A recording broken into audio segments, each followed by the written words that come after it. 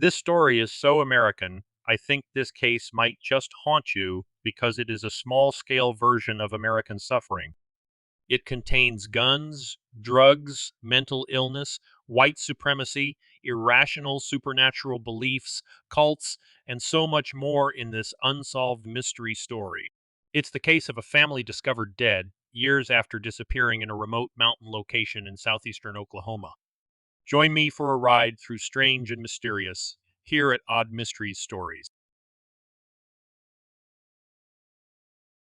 Have you ever heard of the Jamison family before this video? This story has puzzled many people, and it all happened right in the heart of southeast Oklahoma. So, we're talking about a family of three: Bobby, who was 44, Sherilyn, 40, and their little daughter, Madison, who was just 5 years old. One day, October 8th, 2009, to be exact, they seemed to have vanished into thin air. Yep, you heard that right. Disappeared. Gone. But where did they go? They were last seen in the remote, somewhat distant mountains, a beautiful yet mysterious place. Here's where it gets even more strange. Their truck was found 8 days later abandoned.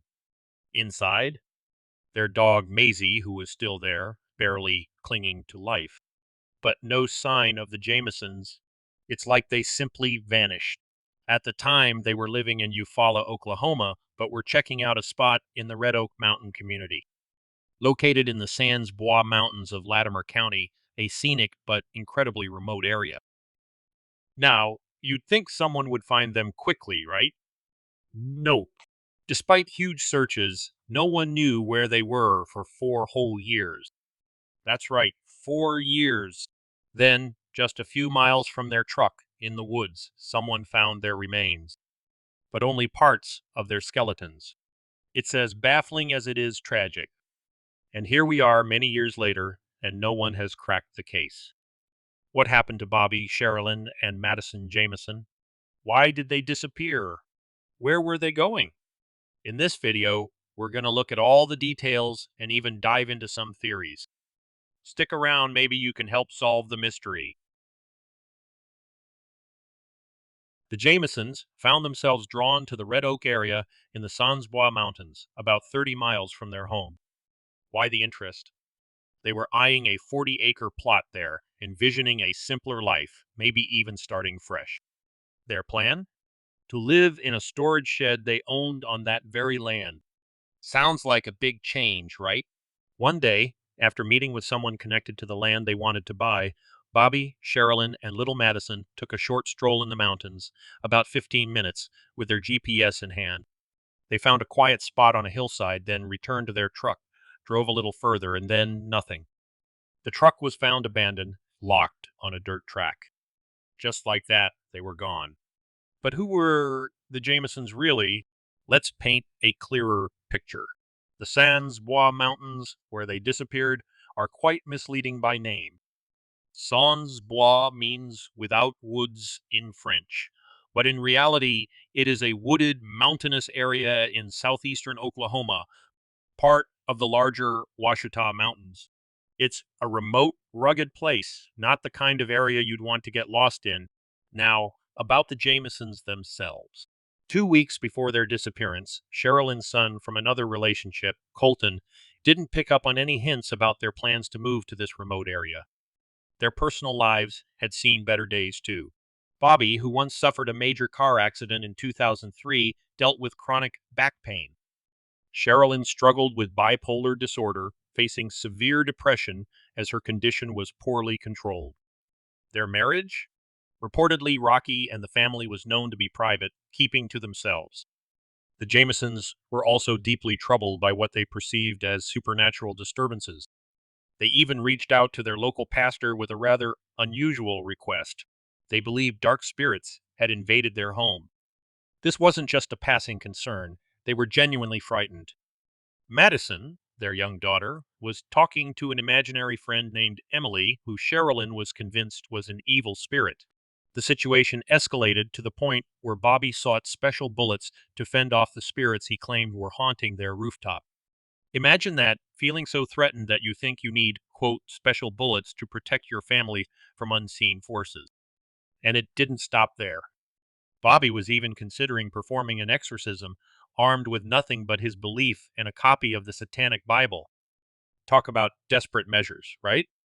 Sherilyn wasn't just a bystander in these beliefs. She and a friend held seances, trying to communicate with the beyond, though her friend didn't take these as seriously.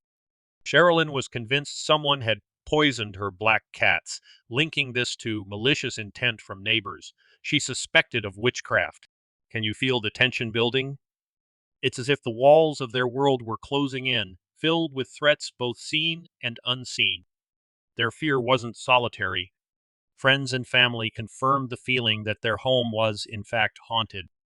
Mickey Shenold, Sherilyn's best friend, said, quote, "But in all seriousness, that house was haunted. I don't want to sound crazy, but whenever I went there, I felt a horrible presence. I would leave feeling so down and depressed." But the darkness wasn't just around their home, it seeped into their personal lives as well. In the months leading up to their disappearance, Sherilyn faced significant personal challenges. After a bitter custody battle, her ex-husband, who gained custody of their son Colton. During the custody hearing, 12-year-old Colton said he would prefer to live with his dad, and he gave a statement about his mother, claiming that she had seemed, quote, very depressed, and that he said she often acted strangely. Around the same time, Sherilyn was hospitalized following a failed suicide attempt. Colton himself noticed his mother's deepening depression and strange behavior. What does all this mean for the Jamison family? How did these dark beliefs, personal struggles, and eerie experiences shape their fate? Could these elements be keys to understanding their mysterious disappearance? Could their struggles have played a part in their mysterious disappearance? Stick around as we explore more theories and details about the Jamison family's last days. But personal and supernatural troubles weren't the only issue. The Jamisons were entangled in financial, legal, and familial disputes, too. Bobby's severe car accident in 2003 had lingering effects, leading to chronic pain and dependency on painkillers. Sherilyn, grappling with her sister's sudden death, exhibited severe depression. Their marriage was strained, compounded by financial and domestic challenges. A particularly sour note in their lives was a bitter feud with Bobby's father, leading to threats and legal battle. Bobby claimed he'd been duped into working for free at a gas station owned by his parents, expecting eventual ownership, a dispute that dragged into court without resolution before they vanished. One time, Latimer County Sheriff Israel Beauchamp shed light on another angle. He considered the Jamisons as potential, quote, scammers. Their past filled with disability checks, lawsuits, and significant weight loss before disappearing added layers of complexity to their already mystifying case. So what's going on here? A mix of personal demons, supernatural beliefs, and legal battles. How do all these pieces fit together in the eerie puzzle of the Jamison family's disappearance? Initially, when Bobby, Sherilyn, and Madison went missing, nobody sounded the alarm. They were known to keep to themselves and sometimes disappear for a bit. Plus, Madison had been pulled from school. It wasn't unusual for them to be off-grid, so their absence didn't immediately raise eyebrows among friends and family. However, everything changed on Saturday, October 17th, 2009. That's when hunters, cruising on dirt bikes in Latimer County, stumbled upon the Jamisons' deserted truck. It was parked, oddly abandoned, northwest of Red Oak. Concerned, they reported it to the police, suggesting it looked like it had been there only for a few hours. But here's where it twists. The same hunters called the police again, insisting the truck had been in the same spot, untouched, for several days. From the Jamisons' home in Eufaula, this location was roughly an hour's drive away. The family was nowhere to be found, sparking a massive search. Latimer County Sheriff Israel Beauchamp first thought maybe the truck was stolen, but soon sensed a deeper, darker scenario. He pulled together an impressive search team, over 400 volunteers, supported by horses, mules, ATVs, 16 teams of cadaver dogs, and even an unmanned drone scoured the area. Yet, they turned up empty-handed. Intriguingly, the cadaver dogs hit on a scent near a water tower, prompting officials to drain it. But again, no leads. The scene at the truck was like a puzzle missing too many pieces. Inside, authorities found personal belongings untouched, Bobby and Sherilyn's cell phones, $32,000 in cash tucked under the driver's seat, maps, a GPS-y, Sherilyn's purse, and wallet. And then there was Maisie, the family's dog, found alive but dehydrated and malnourished, a silent witness to their sudden disappearance. Additionally, in the truck, investigators found an 11-page, quote, hate letter from Sherilyn to Bobby. She said he didn't care about his daughter. She listed all the things she hated about Bobby, including that he was a loner and hermit, and she wrote that she wanted a divorce. During their initial investigations, the police found no signs of a struggle, either in the vehicle or on the soft ground around the truck. There was no blood or broken glass, although rubbish was strewn around the truck. The truck was in perfect condition, fueled up, and showed no signs of an accident. The discovery of $32,000 in cash adds a thick layer of mystery. Why would a family, known to be living off disability checks, carry such a large sum, especially hidden in their truck? Was this money meant for the land they were considering, or was there a darker, unspoken reason behind it? The Jamisons didn't typically carry large amounts of cash. So what was the money for?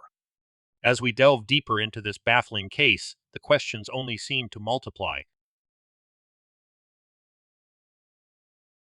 Fast forward to November 16th, 2013, when the unresolved mystery took a heartbreaking turn. Deer hunters found the skeletal remains of two adults and one child just 2.7 miles from where the truck was abandoned in the Smokestack Hollow area of Panola Mountain. The remote location contained three skulls, assorted bones and bone fragments, shoes, and bits of clothing, suggesting they had been lying there side by side, face down, for years. Forensic tests confirmed 8 months later that these were indeed the remains of the Jamison family. But here's where it gets even more perplexing. Despite the extensive searches years before, the bodies had been missed, hidden perhaps by the autumn leaves. The condition of the remains made it impossible to determine how they died, but a haunting detail remained: a small hole in Bobby's skull, initially suspected to be from a bullet. Although this avenue was eventually abandoned by police, doubts lingered, especially among the hunters who discovered the remains. The question remains, what really happened to the Jamison family? Why were they there, and how did they meet their tragic end? Let me just share here before I dive into the theories of this case. I have read and researched quite a few theories that have posed. I will, for the sake of this video, not share the ones that I believe are totally not believable. So let's start with the first one. Before the Jamisons disappeared, a man named Kenneth Bellows, who worked as a handyman for the family and was considered a friend, stayed with them.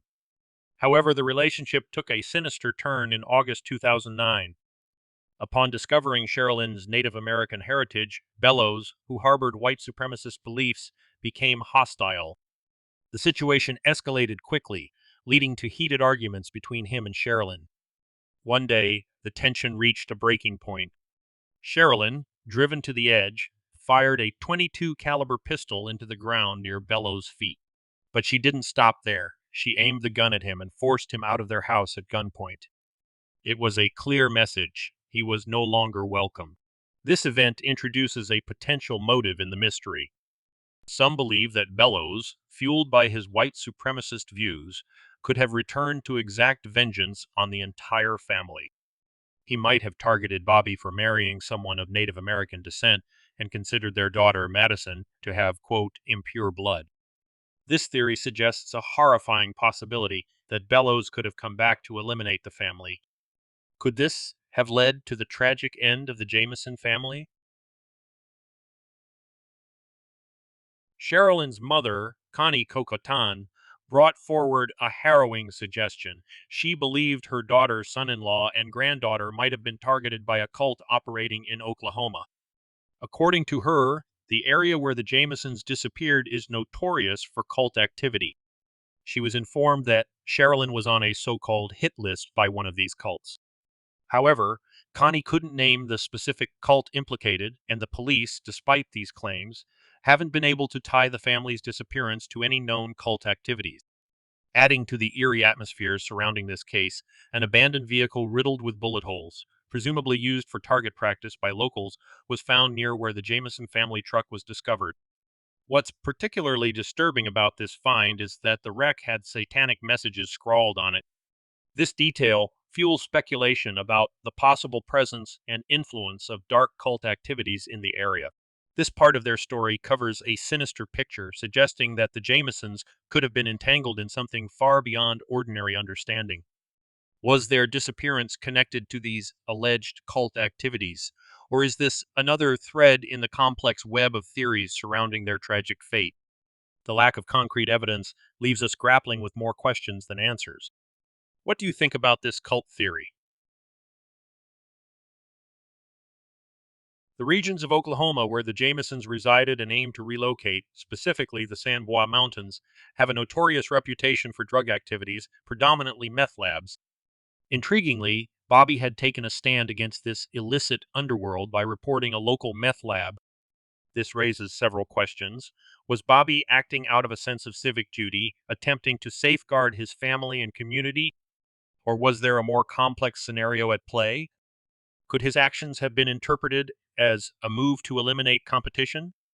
Such accusations could undoubtedly stir animosity among those running the labs. The potential link to drugs doesn't stop there. Footage from the family's home surveillance system, captured on the day they departed, adds to the mystery. The video shows Bobby and Sherilyn moving back and forth between their house and vehicle in what's been described as a trance-like state, silently and methodically packing. Sherilyn is seen placing a brown briefcase into the vehicle, a piece of evidence that, like Sherilyn's handgun, has never been found. Former Sheriff Beauchamp speculated that the briefcase could be a crucial clue. After watching the video, I will admit it is difficult to make sense of the footage, so please understand, I too did not find it easy to follow. Yet, this leads us to a conundrum. Despite the suspicious activity and theories, no concrete evidence of drug usage or involvement was discovered in their home or truck. This angle brings to light a potential drug-related motive behind the family's mysterious disappearance. Could it have been retaliation from the meth lab operators, or is the drug angle a red herring, distracting from other plausible explanations? Despite the strange behavior captured on video and the context of local drug activity, the lack of direct evidence leaves us with more questions. What do you think about this theory? Does the involvement in drug activities explain the Jamison family's fate, or is it another piece of an unsolvable puzzle? With this theory, I'd have to share one of the most harrowing theories surrounding the Jamison family's disappearance, the possibility of a kidnapping by pedophiles. This notion stems from unsettling evidence found on Bobby's phone. A final photograph of Madison was discovered on the phone, taken up on the mountain. The image presents Madison looking away from the camera with crossed arms and a purportedly unhappy expression. Friends and family have argued that if Bobby or Sherilyn were behind the camera, Madison would not have exhibited such discomfort. However, the interpretation of her expression remains subjective and debatable. Yet, the context in which this photo was taken and by whom remains a disturbing puzzle. Compounding the mystery are the baffling phone calls made from Bobby's BlackBerry device on October 12th, suggesting activity after the family's presumed date of disappearance. The reality that the Jamisons might not have been alive at this time makes these phone calls deeply troubling. The calls to voicemail especially stir speculation. Was someone using the device unaware? Or was there a deliberate attempt to check or delete voicemails, possibly to erase evidence or check if the disappearance had raised alarms? The theories on how the calls were made range from accidental triggers like their dog Maisie inadvertently stepping on the device, to more sinister scenarios involving someone familiar with the family. The latter could imply a scenario far darker than initially imagined, where the perpetrator might have returned to the vehicle to manipulate evidence or check for any leads left in the voicemail that could link back to them. This element adds a really strange twist to the mystery. If the calls were intentional, it suggests a level of premeditation and familiarity that narrows the circle of suspicion to those around the family.